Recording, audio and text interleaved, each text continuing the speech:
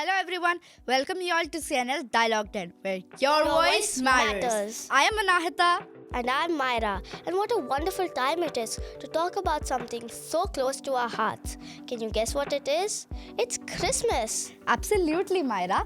The air is crisp, the decorations are up, and the spirit of giving is everywhere. This is truly the season of joy. And speaking of joy, our topic for today is all about the joy of giving.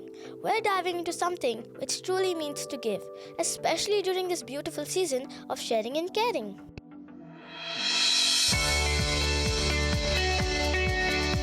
Hi everyone, I'm Azeen and today I'm going to be asking a few questions about the joy of giving.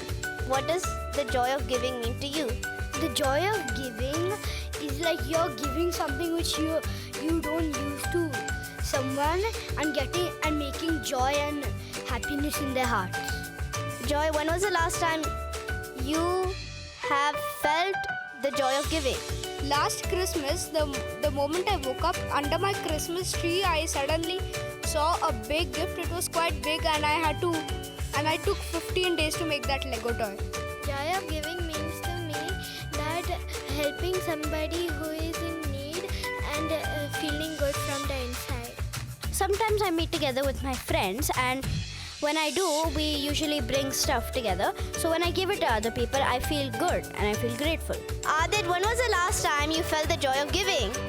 The last time I felt the joy was giving was actually yesterday. My friend had lost his pen and he really liked that pen. I had the same pen as him, so I decided to give it to him because I didn't really use that pen a lot. Pooja ma'am, when was the last time that you felt the joy of giving? I would say it was last week. So there are some news, stray puppies in my area. So especially now that's winter. So I give them some food and some, warm clothes so that they can sleep on. So that was the last time I felt the joy of giving. What does the joy of giving mean to you? Well, the joy of giving means that whatever brings happiness to you from your heart, the thing that you can give, spread as much joy as possible is nothing but the happiness that brings into you. Well, Miss Shruti ma'am, when was the last time that you felt the joy of giving? The last time I felt joy of giving was I had this homeless little dog that was shivering in the cold, and I fostered him for about 3 months. And once he was nursed back to health and he was in good shape, connecting to some pet care centers around in the city, I put him up for adoption and he got adopted in a very good family. So I was very happy that I gave that little dog, that little puppy, a lovely home and a lovely family, and I secured his living for the rest of the life that he leads.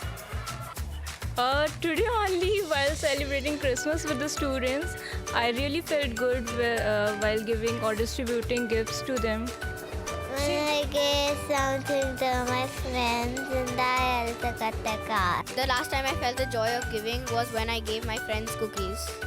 And Ananya, when was the last time you felt the joy of giving? The last time I felt the joy of giving was when I got a batch of cookies from my teacher. Christmas, like the kids say, the birth of Jesus Christ. And according to me, Christmas is all about giving, helping each other and spreading love.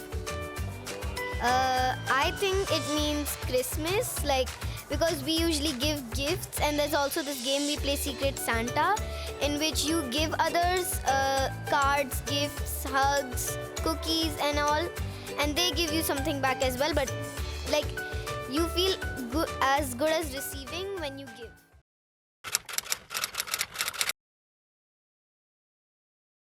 We have very special guests with us today that just don't talk about giving but live it every single day. Miss Anuradha and Mr. Tarun run an incredible NGO called the PawBro, where they, along with their team, rescue stray animals and provide them with a loving shelter. Please join us in welcoming the amazing Miss Anuradha Singh and Mr. Tarun Jakhodia. Sir, ma'am, welcome to our special podcast, The Joy of Giving. Thank you, Myra. Thank you, Anahita. It's wonderful to be here with you. The Christmas vibes here are absolutely amazing, and we are so pleased to be here and share our stories with you today. Thank you, Anuradha ma'am. Thank you, Tarun sir. So, Anuradha ma'am, let's jump right in. What inspired you to start PawBros? So, if I go back, it started in 2020 when the lockdown hit the world. We were at home and we were helpless, and so were our animals on the road. When we saw that they are deprived of food, they are deprived of shelter, some like minded people came together as a group and we'd start serving them with 2 times of meal every day. And that generated a sense of belongingness and responsibility in us. One more incident that happened that time was with a dog called Brownie, where I used to feed her in basement during lockdowns. And one meal changed my complete life. She came to my house on 20th floor. I don't know how she sensed it. And one morning when I opened my door, she was sitting outside my door. We welcomed her with open arms, and that's how the journey of PawBro started. Though we got registered in 2023, but the journey has been long. It's almost 5 years now. Wow. That's such a heartwarming story. Ma'am, could you also tell us what are the few acts of kindness we can show towards animals? Sure. So, in your day to day life, what I always suggest is whenever you see an animal in pain or you see an animal hungry, give him or her something to eat. We say each one feed one. Any one of you, from students or your neighbors, your family members, you can just give them a little bit of food because they don't know if they're going to end up with one single meal also. When you see them drenched in water during rains, provide them with shelter in your basements, in your car parkings. Sir, could you tell us what are the different acts of kindness we can show towards animals? Sure, there's so much one can do. So whenever you go out and you see a hungry animal or an animal which is in pain or is limping, you could, take some action. Maybe it's nice to ask your parents or ask your family members to carry food with them in their car whenever they're going outside, so that if they see some hungry animal, they can easily feed them. Even in our Hindu tradition, back in the day, our parents used to always cook one roti or like something for the animals. And we have kind of lost that tradition. So I think it would be wonderful to, bring that back in some way. What do you think? Absolutely, I agree to what Tarun says. Whenever you see an animal who is in need, you can call up a NGO, or you can go talk to your parents about it, and always feed an animal. That is a prime thing that you can do to support the cause of animals.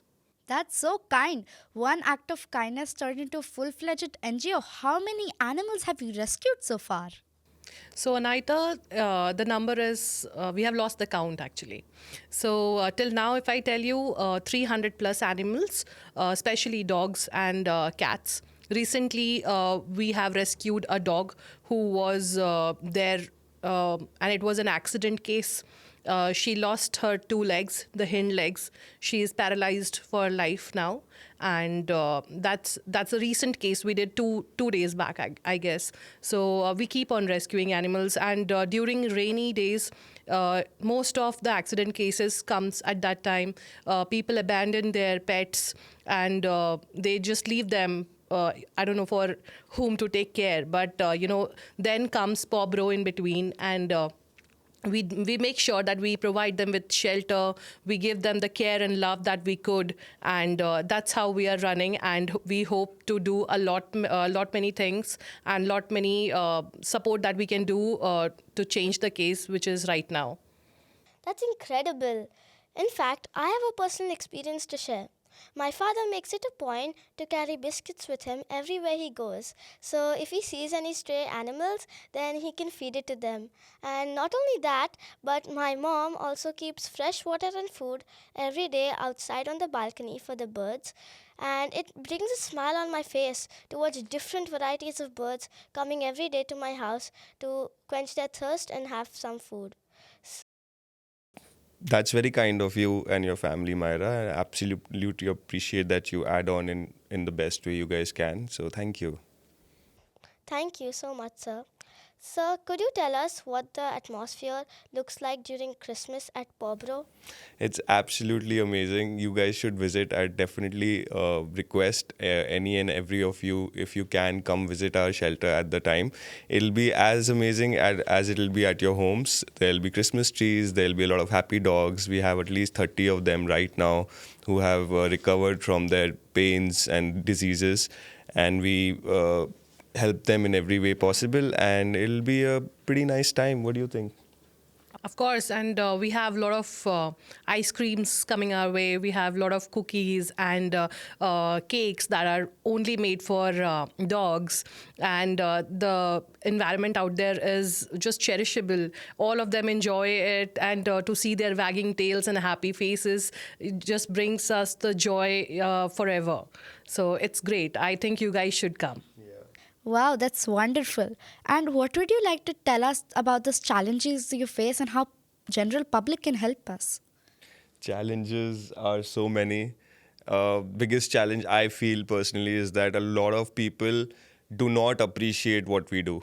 They think that we are kind of encouraging stray dogs, and we are encouraging their. Sometimes they can be have a rash behavior when they are not in peace. They can follow you. They can feel like it can feel like they're dangerous, but they're not.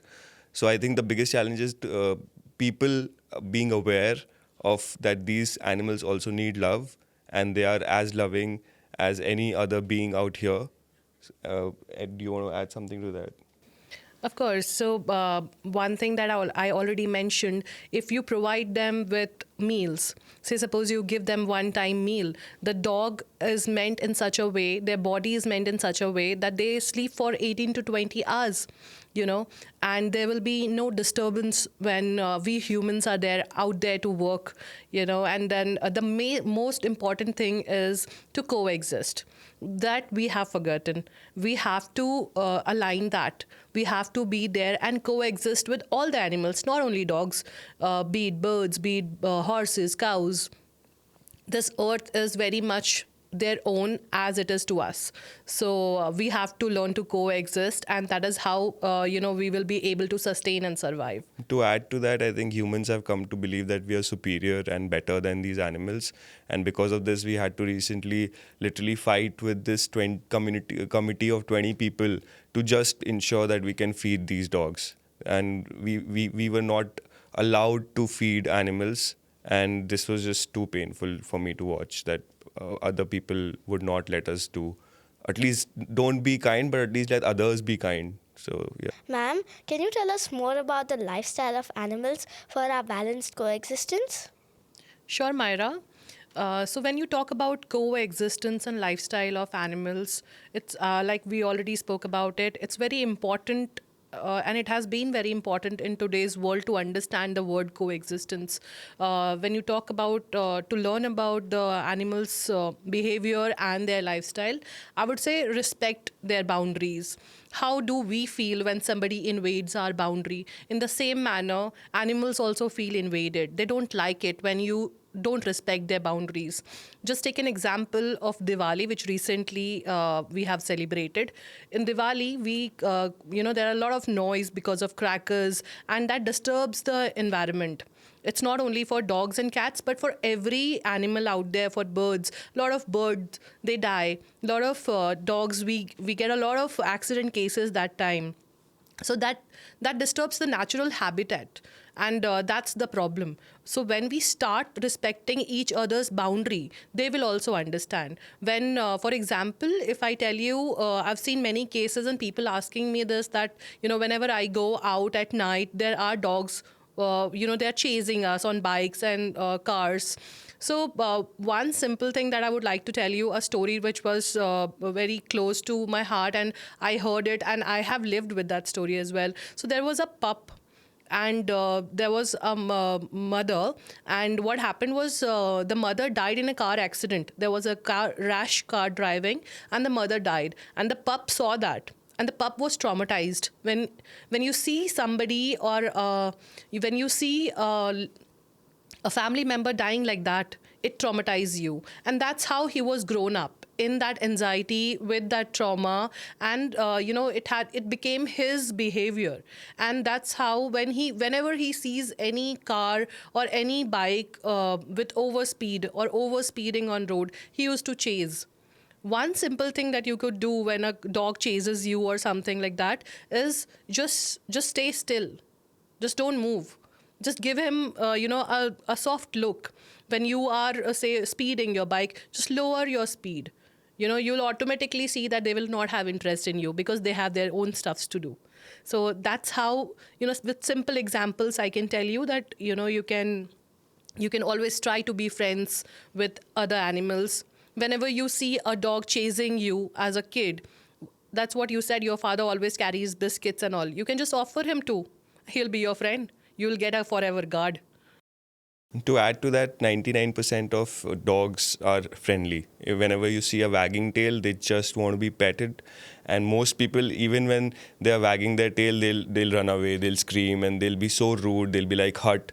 And the way they communicate with these animals, they understand that. We think that they don't understand our emotions, but when we are being rude to them, they realize it and they understand it, and then they respond accordingly. And if you are sweet to them, if you just pooch them a little bit, they'll be more than happy to come for a pat. They don't even want food, they just want love. And that makes you feel better about yourself. Like, initially when I started feeding dogs, I felt so good about myself that, I did something good, and I slept a better night, that I was like, I did something nice. Yeah, and just to add on Tarun's thing, I'll say that, not every time a dog or a cat wants your pet, just let them be. They are free being. They are just voiceless, but they want to be what they are. So you going and touching them in an inappropriate manner, they might not like it. So I would request everyone to study the body language of dogs, because around us mostly what we see as an animal is dog nowadays. So you do a lot of googling and a lot of videos on YouTube. You can anytime go and see what their behavior is. The tail itself tells you that is he friendly or not. There are right side, left side tail wagging. That depicts something. When they have tails, going inside their hind leg, that means they are scared. When they are alert mode, so they can attack you that time. You are invading their space. So when you learn a little bit about the animals around you, I think it will be a very peaceful environment, and we all will be able to live happily. So that is 2 cents from my side that I would like to say. And whenever you're approaching a dog, just let them smell your hand so that they know who you are. That's their way of, understanding who you are. And then you can approach and pet them. Sir, what would you like to say about the cruelty on pets, how it affects them, and how we can help them? So yeah, cruelty is much more rampant as one would assume. There are so many videos that you get to see even on social media, that how people can be so absolutely cruel. So some examples, as Anu spoke about how animals feel when they are especially in Diwali. We are so inconsiderate. A dog's hearing capability is 100 times more than a human. So imagine that burst of a cracker. It startles even you when you're like, about to go sleep. And we are so inconsiderate that we burst so many crackers. Beyond pollution, we are just not worried about how it makes them feel. So I think cruelty in terms of, even like when you're consuming animals, like, beyond dogs, we are so used to consuming bacon. We are so used to consuming chicken. All of these products harm animals in a way that you can't even imagine. If you Google for a video on how animals are treated in animal husbandries and farms, it's just horrible. I'll give you an example. When an egg is hatched and it's a male chick, they literally put him in a blender, like a live blender, and the chicken is alive and it just crushes inside the blender. And we don't even realize it's so painful. Pigs, they are like kicked, they are like sticks are used on them, and it's just horrible. So I think cruelty in animals these days is just beyond humanity right now. Yes, I totally agree to what Tarun says. It's not only to, again, one animal, but it is happening to every other animal, say, be it cow, be it buffalo, be it pigs. None of them have been, bad. Like, we have been cruel to everyone. So that's how nature works. So if you be cruel to another, being, nature will be cruel to you. And that's how we saw it in COVID. It was a live example when we were all inside our homes and all the animals were free. They were free from humans. They lived their lives. You know, on that note, I would also say about the dairy industry. You guys eat, milk, cheese. There is a whole horror story behind that. Uh, whenever you consume a dairy product, there is a lot of horror that goes behind the camera. When a cow, is she gives the birth, they are immediately separated from their calves. The calf doesn't get to meet her mother. They because she has to produce milk, and then the calf does not get any sufficient amount of milk which was for him or her. That is sourced out in the market and is sold. That is so cruel. Can you imagine? You separated from your parents, how horrifying it is. So it is in the same way for every animal. We have seen lots of cases where there a dog has given birth to 5 or 6 puppies, and people, just because they don't want to take responsibility of those, they are not sterilizing them, they're not doing nothing for them. But what they do is they pick up their puppies and separate mom and the babies as soon as they give birth. And that is so inhuman. That's cruel. And all the puppies dies. We have faced so many cases. Once we got a box full of puppies. There were 8 puppies in box, drenched in water, and they were hardly 3 days. They were not, they didn't even open their eyes. We tried to feed them with the milk bottles in our shelter. We tried every bit, but they were so tiny, none of them survived. Whenever I recall that phase, it gives me goosebumps, It was so sad. And, we tell everyone not to be that cruel. You never know when it comes back to you, in which ways. And lamb is considered a delicacy, which is basically a child of a goat. And a mother seeing their child being cut in front of them is just so horrible. Like, imagine that happening day in and day out. So, yeah, that's the reality, the harsh reality we live in. And I'm glad that we are able to talk about it today. I agree, don't you, Myra? Yeah, it's quite true. That's a very yeah. And with that, the last question of the day is: can you sense kindness and loyalty in animals, in our pets? Much more animals? than humans. Much more than humans. I think humans have lost their way so bad that, we don't know what giving is anymore. We only know how to take, and take. Animals just give. You take a cow, for example. A cow produces extra milk by nature because she wants to share. But we have exploited her so much that we only want to take. Male cows are left on the roads. They are like, Abandoned. we don't care about you. Yeah. Donkeys, for example, we call them donkeys, which is also like a term which is, gadha, which is like considered like a bad term if you call each other. They are so innocent that they don't know how to retaliate. They're like, okay, do this. They're like, yeah, okay, fine. It's just beautiful to see animals the way they are. If you spend time with them, you'll really understand what it really means to be alive. Ma'am, what does giving back mean to you in one word? For me, it would be compassion. Sir? For me, it would be everything, because I've been given so much, and to be able to give back is all I can do. We would also like to ask you guys, what does it mean to give back, Myra? For me, it means kindness. For me, it means joy. Oh, great. Beautiful. Wonderful. Miss Anuradha and Mr. Tarun, it's been a joy having you here. Your work truly embodies the spirit of giving. So, you inspire us to spread kindness this season.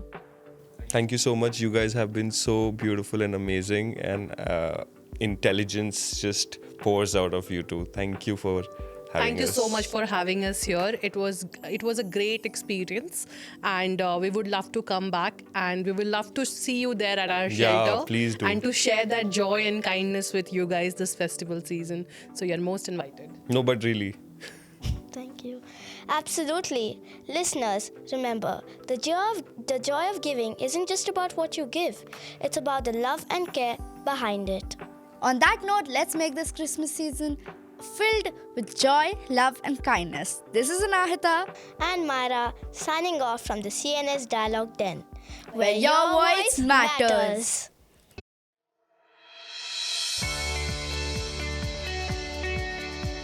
For me, it means kindness. Let us ask that to you. Okay. So Cut. So once you ask Tarun, so immediately I ask you, like, we also want to know from you, like, what giving backs mean to you. Say that. Okay, John. Yeah, cool. I'll look All at you right. while you say it. And then after that, do you have any other questions to ask? We'll wrap it up. So can you say that thank you so much? It's been a. Can you Yeah, say of thank course. you? Okay. Then after that you say that, and then after say my line. Okay. And then you say it. Okay, let's start. She's so much more herself since Sir is gone. Ready, action.